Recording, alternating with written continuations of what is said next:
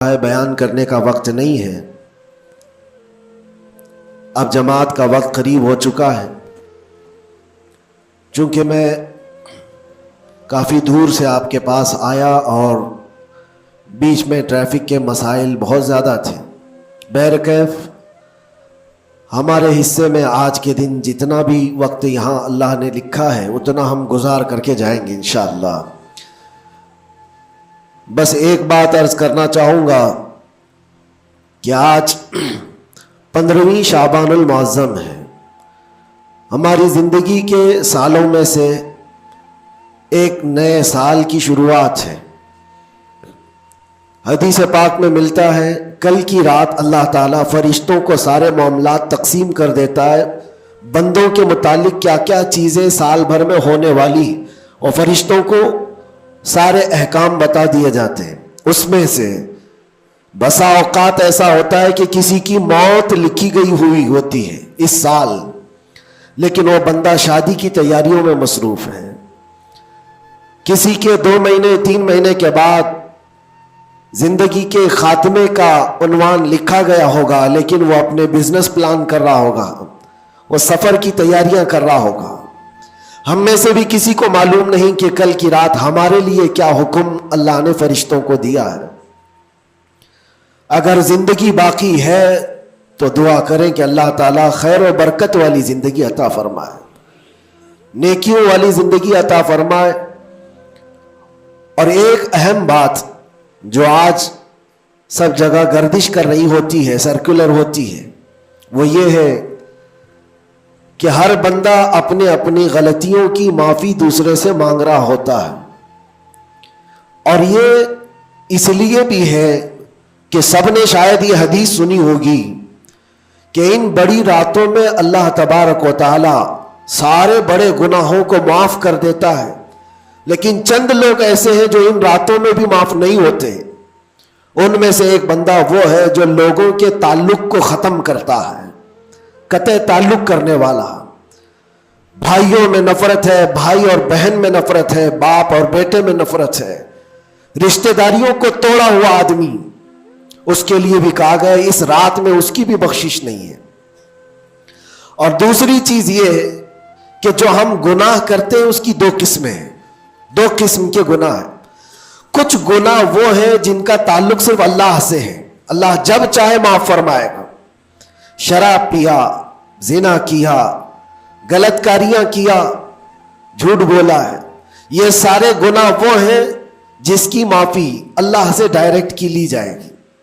اس کو کہتے ہیں حقوق اللہ۔ اللہ تعالیٰ کریم ہے، اکرم الاکرمین ہے، جب چاہے اپنے بندوں کو معاف فرما دے۔ لیکن کچھ گناہ ایسے ہیں جن کا تعلق بندوں سے ہے، کسی کا مال ہڑپ لیا ہے، کسی کا حصہ دبا لیا ہے، کسی کو گالی دیا ہے، کسی کو مارا ہے، یہ سارے وہ گناہ ہیں جن کا تعلق بندوں سے ہے، ان کو حقوق العباد کہا جاتا ہے۔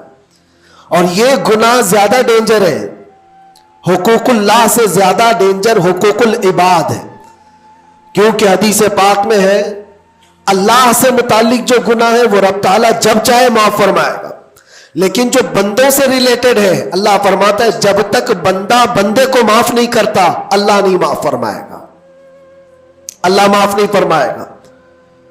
حضور پاک صلی اللہ تعالیٰ علیہ وسلم نے صحابہ سے پوچھا سب سے غریب آدمی کون ہے، تم جانتے ہو سب سے مفلس آدمی کون ہے؟ حضور صلی اللہ علیہ وسلم نے صحابہ سے پوچھا تو صحابہ نے کہا اللہ کے نبی زیادہ جانتے ہیں۔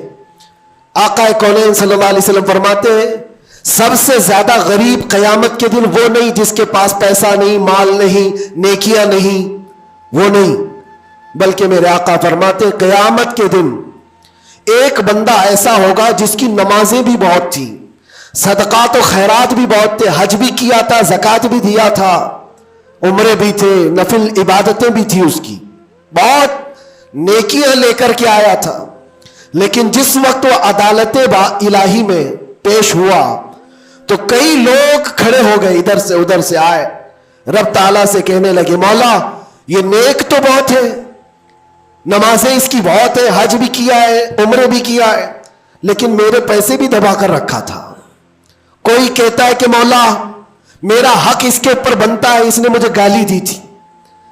کوئی کہتا ہے کہ مولا میرا بھی حق بنتا ہے، اس نے مجھے مارا تھا۔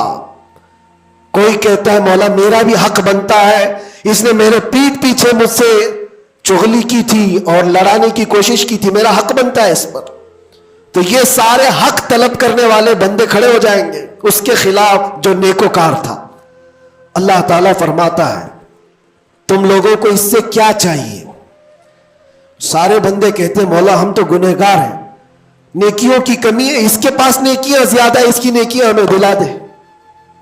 اب عدالت الہی کا یہ فیصلہ سنو، اللہ فرشتوں کو حکم دیتا ہے اس کے پاس جتنی نیکیاں ہیں وہ ان سب میں تقسیم کرو، جتنوں کا حق اس نے دبا رکھا ہے سب میں اس کی نیکیاں بانٹی جائیں۔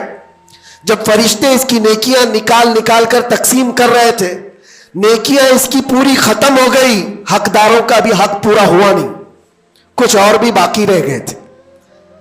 وہ کہنے لگے مولا ہمارا بھی حق ہے اس کے اوپر، ہمارا بھی اس نے مال رکھا ہے۔ اللہ تعالیٰ فرماتا ہے اب اس کے پاس تو نیکیاں پوری ختم ہو گئی، تم چاہتے کیا ہو؟ وہ گنہگار تھے، وہ کہتے مولا ہم یہ چاہتے ہیں کہ ہمارے گناہ اٹھا کر کے اس پر ڈال دیں، ہمارا بوجھ تو کم ہو جائے۔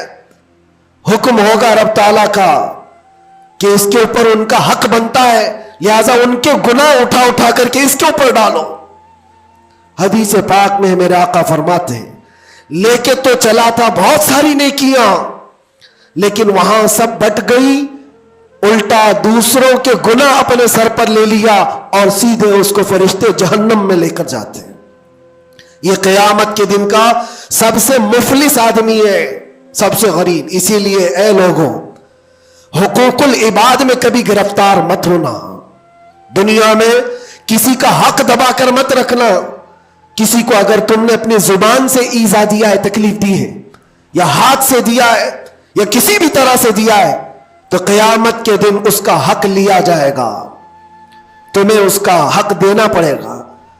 اسی لیے شب برات آتی ہے تو سب لوگ ایک دوسرے سے معافی بھی مانگ لیتے ہیں۔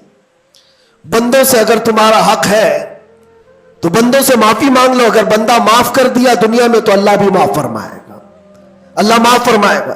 لیکن معافی مانگنے کا ٹرینڈ آج واٹس ایپ اسٹیٹس بن گیا ہے، بہت آسان ہے اسٹیٹس پر رکھ دینے کا کہ میرے جس کے اوپر بھی حق بنتے ہیں میں نے ان کو معاف کیا، وہ مجھے معاف کر دیں، کسی کے پاس جانے کی ضرورت ہی نہیں، واٹس ایپ میں گھماتے رہ جاؤ۔ کیا اسی کو معافی مانگنا کہتے ہیں؟